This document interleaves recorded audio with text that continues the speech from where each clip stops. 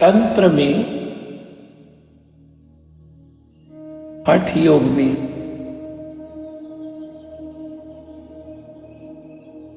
और कई प्राचीन विधियों में सबसे ज्यादा वर्णन मिलता है, जिक्र होता है, तो होता है कुंडलिनी का। दिस साउंड्स वेरी मिस्टिकल, जिसको मूलाधार कहते हैं, शक्ति केंद्र कहते हैं, सरपेंटाइन पावर कहते हैं, द सोर्स। जैसे प्रकाश का सोर्स सूरज है और एक क्षण भी सूर्य का ताप पृथ्वी तक नहीं पहुंचे तो पूरी पृथ्वी धराशायी हो जाए, पूरी संस्कृति समाप्त हो जाए।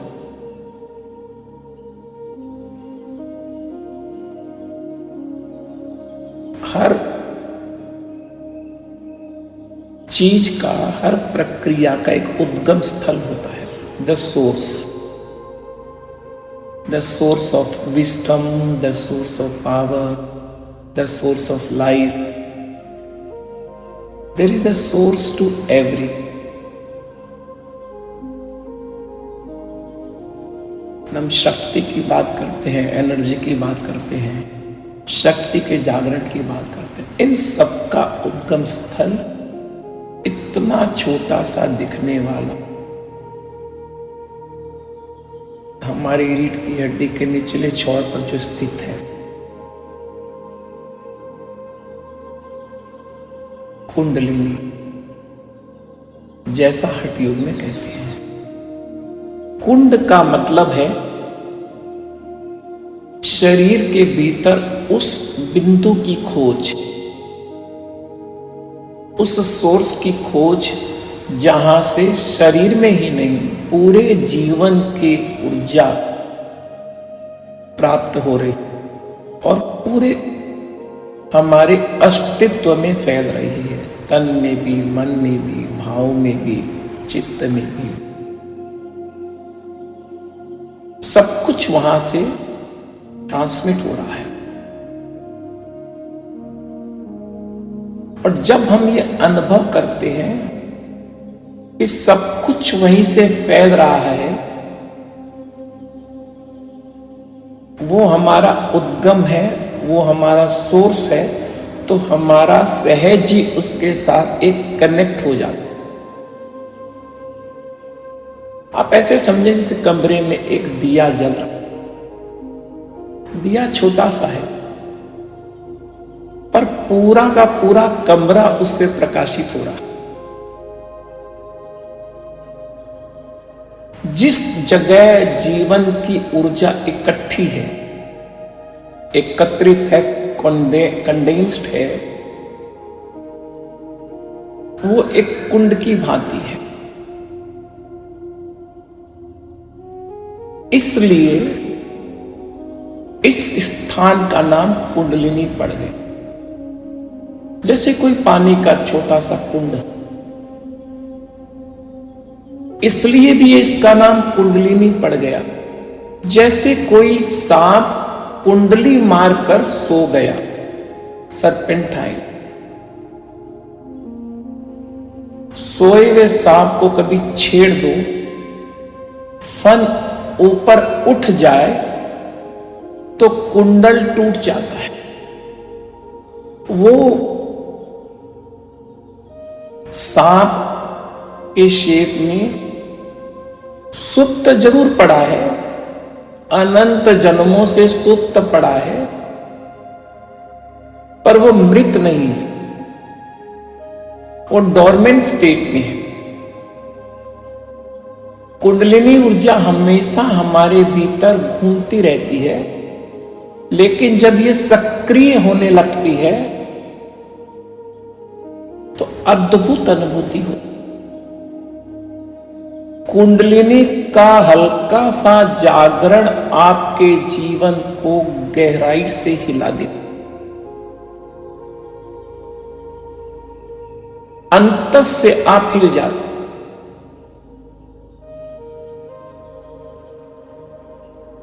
जब वहां थोड़ा सा भी कंपन शुरू होता है, यह एक पेड़ की तरह है। फिर जितनी भी, अगर ये मजबूत है तो जीवन में कितने भी तूफान आए, कितने भी भूकंप आए, पेड़ की जड़ें मजबूत होती है तो तूफानों में, भूकंप में उसकी शाखाएं हिल सकती है। लेकिन अगर जड़ें मजबूत है तो पेड़ अपने आप को खड़ा रख पाता है। हम इम्यूनिटी की बात करते हैं। ये शक्ति केंद्र हमको वो प्रतिरोधक क्षमता, जो मेडिकल साइंस में सबसे ज्यादा उपयोग किया जाने वाला शब्द है, इम्यूनिटी हमारी शक्ति केंद्र से आती है। फिर जीवन में कितने भी झंझावात आता है, ऊपर से निश्चित रूप से हो सकता है कुछ ही लगा, अंतस स्थित।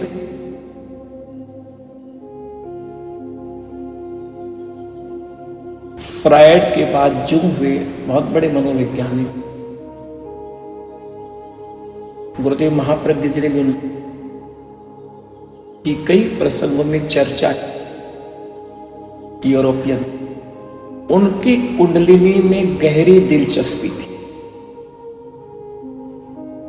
और उन्होंने एक पुस्तक लिखी थी इसमें था कि व्यवहारिक मनोचिकित्सा कैसे हो, जिसमें उन्होंने कुंडलिनी की अवस्था को और चक्रों को सीधा मनोवैज्ञानिक गड़बड़ी से जोड़ा।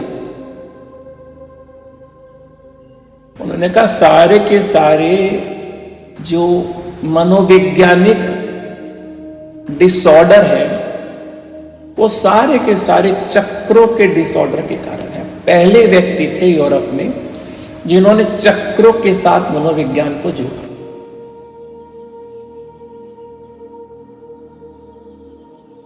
बहुत काम किया था। कुंडलिनी रीढ़ की हड्डी के पीछे एक प्रणाली है जो जागृत होने से जीवन में ऊर्जा जनरेट होनी शुरू होती है और जीवन की गुणवत्ता एक अलग स्तर पर चली जाती है। आपके हर आचरण में, आपके हर सोच में, आपके हर वाणी में सब कुछ एक अलग स्तर पर चला जाता। जिनको भी आप पाते हैं कि ये सुपरमैन की तरह है, लार्जर देन लाइफ है, अद्भुत व्यक्तित्व है किसी भी क्षेत्र में, तो समझो कहीं ना कहीं कुंडलिनी स्पंदित हो चुकी है।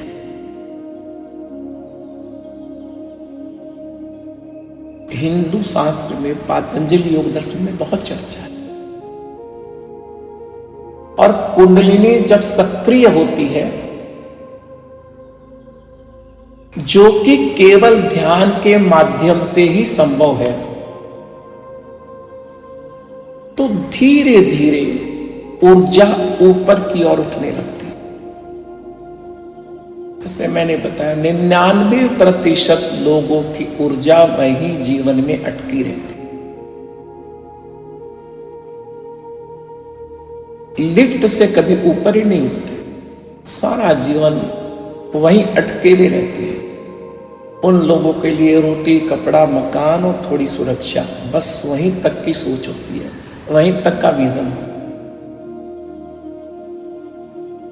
जिसको हम कहते हैं इवॉल्व। इवॉल्व होने का मतलब है चेतना का ऊपर उठना। और जिसको हम आत्मज्ञान कहते हैं, जब ये कुंडलिनी उठते उठते ऊपर सिर के शीर्ष तक पहुंच जाती है, जिसको हम प्रेक्षा ध्यान में ज्ञान केंद्र कहते हैं, द सेंटर ऑफ विस्डम, तो वो अनुभूति होती है जिसको हम आत्मज्ञान कहते हैं, सेल्फ रियलाइजेशन। सारा का सारा, सारी विकास की यात्रा इस कुंडलिनी से ही प्रारंभ होती है। ये एक प्रकार से आपके अंदर एक शुद्ध प्रकाश है, एक दिया है, जो आपके पूरे जीवन को ज्योतिर्मय कर सकती है।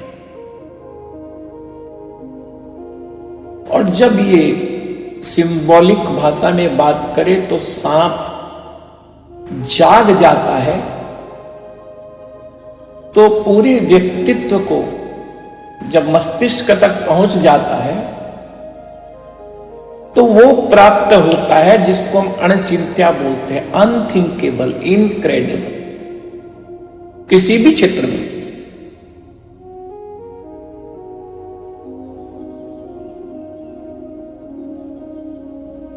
ऐसी दुनिया में कोई ऊर्जा ही नहीं है जिसका केंद्र ना हो। हर ऊर्जा का केंद्र है। 10 करोड़ मील दूर भी सूरज हो,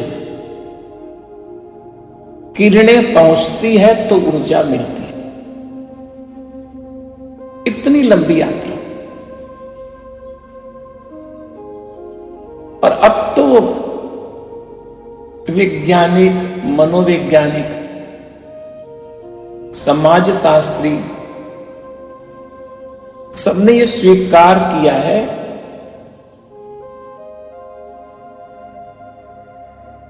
कि आम आदमी, जिसका पहले यह समझा जाता था कि 15 से 20% ऊर्जा का उपयोग करता है, अब तो ये अवधारणा बदल गई। जिसे हम साधारण जन कहते हैं, जिनको हम कॉमन मैन कहते हैं, जो आम जिंदगी जीते हैं, वो केवल अपनी शक्ति के 2 से 2.5% से सारा काम चलाते हैं। 98% शक्ति तो उसकी सुप्त है। बड़े और छोटे उपलब्धियों में कोई भेद नहीं होता, खाली शक्ति का उपयोग आपने कितना किया। बीज शक्ति जो है, सोर्स जो है, वो सबका एक ही होता है, उसकी संभावनाएं एक ही होती है। हर आत्मा की संभावना वही है, हर कुंडलिनी की संभावना वही है। जो बीज है उसमें उतनी ही संभावनाएं हैं। केवल जो भेद करता है वो है कि कौन उसका उपयोग कितना करता है।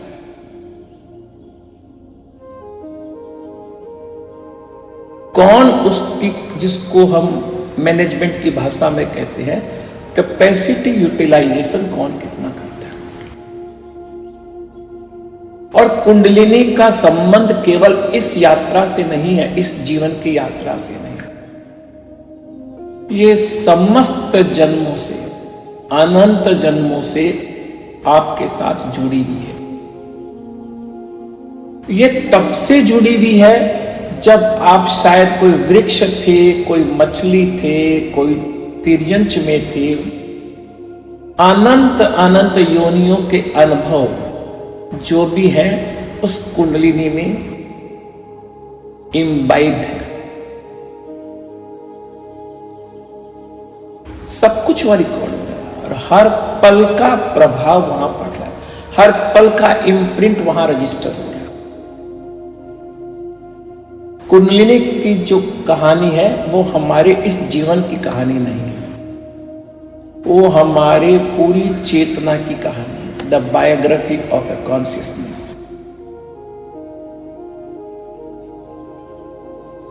मस्तिष्क से भी बहुत ज्यादा कुंडलिनी एक संग्रहालय की तरह है। मस्तिष्क का तो जो संग्रह किया हुआ मामला यहीं अटक जाता है, लेकिन जो स्टोर कुंडलिनी में होता है, जो चक्रों में होता है, चूंकि सूक्ष्म शरीर में है, जिसकी यात्रा हमारी जन्म पर जन्म साथ चलती है,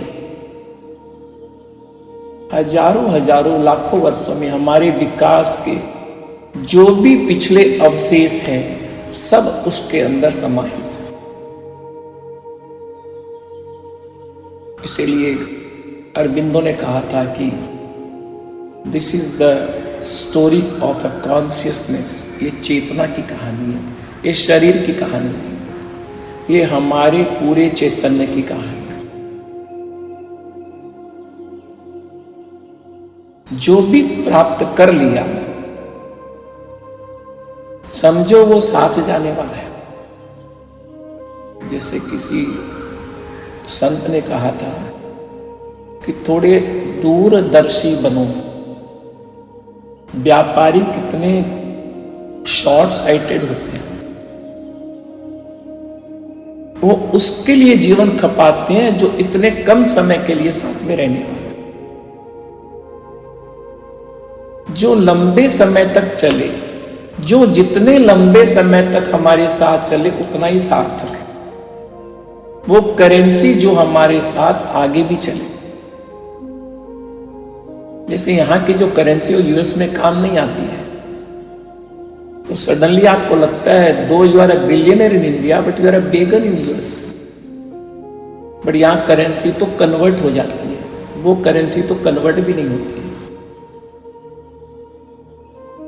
तो invest in the currency which will last for many many life times till you attain the supreme.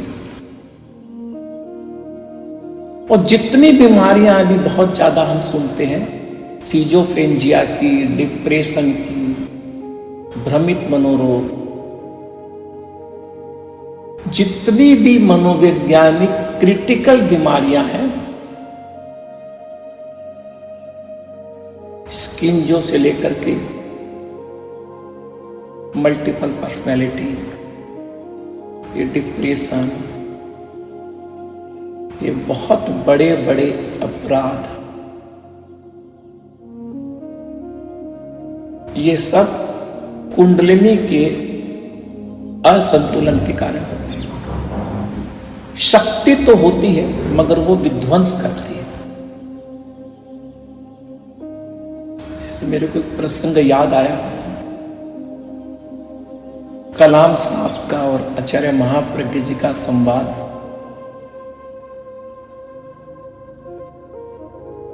और कलाम साहब ने अपने लेक्चर में कहा था कि when I met Acharya ji for the first time, उन्होंने कहा कलाम जी आई कॉन्ग्रेचुलेट यू, मैं आपको बधाई देता हूं कि आपने ऐसा हथियार बनाया जिससे इतना ज्यादा विध्वंस हो सकता है। अब एक काम और सोचता हूं कि कुछ ऐसी स्थिति दुनिया में बनाइए कि इस विध्वंस की कभी कोई अपेक्षा ही ना हो। शक्ति सृष्टि भी कर सकती है, शक्ति विध्वंस भी कर सकती है। कुंडलिनी एक शक्ति है, इसका दुरुपयोग होता है, इसका असंतुलन होता है। इसीलिए परीक्षा ध्यान में गुरुदेव महाप्रज्ञ जी ने 13 केंद्रों की बात करी और कहा कि सभी केंद्रों को धीरे धीरे समान रूप से विकसित करते चले जाओ। जैसे किसी की शक्ति जाग जाए और विवेक नहीं जागे तो क्राइम होता है, तो अपराध होता है। तत्व की भाषा में मोहनीय कर्म, मोहनीय कर्म के कारण सब कुछ होता है। और कुंडलिनी में एक मैग्नेटिक पावर है। मैग्नेटिक पावर को आप ठीक से उपयोग करेंगे तो आपके अंदर दिव्यता जो है, आध्यात्मिक शक्ति को आप आकर्षित करेंगे,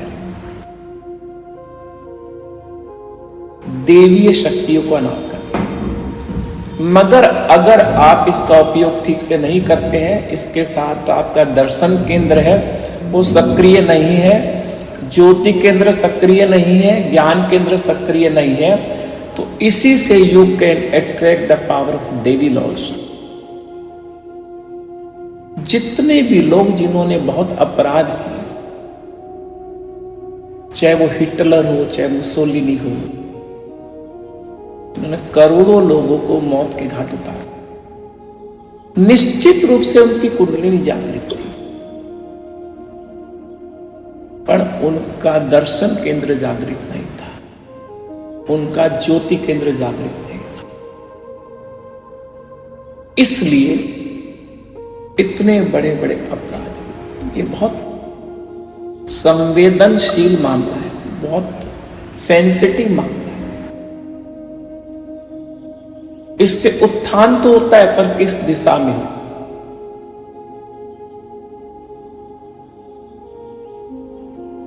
इसीलिए गुरुदेव महाप्रज्ञ जी ने फरमाया था, इस पूरी यात्रा में, इस पूरे शक्ति केंद्र की प्रक्रिया में, शक्ति के जागरण के प्रक्रिया में अपने लक्ष्य को मत भूलो। लक्ष्य के अनुरूप जीवन का निर्माण होता है।